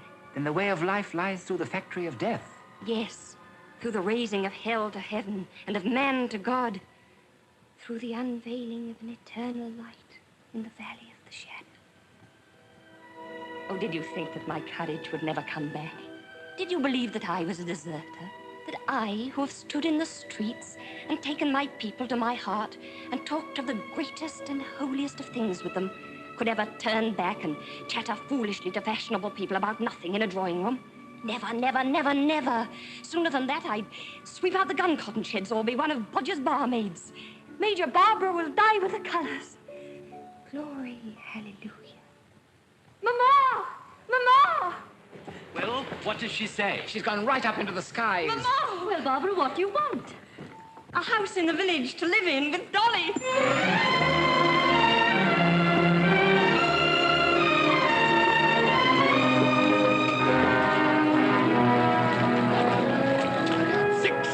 Tomorrow morning, Euripides. I see the whole place blown up with its own dynamite before I get up at 5. Here, remember my tip, mate. Stop her jaw, or you'll die afore you time. Wore out, that's what you'll be, wore out.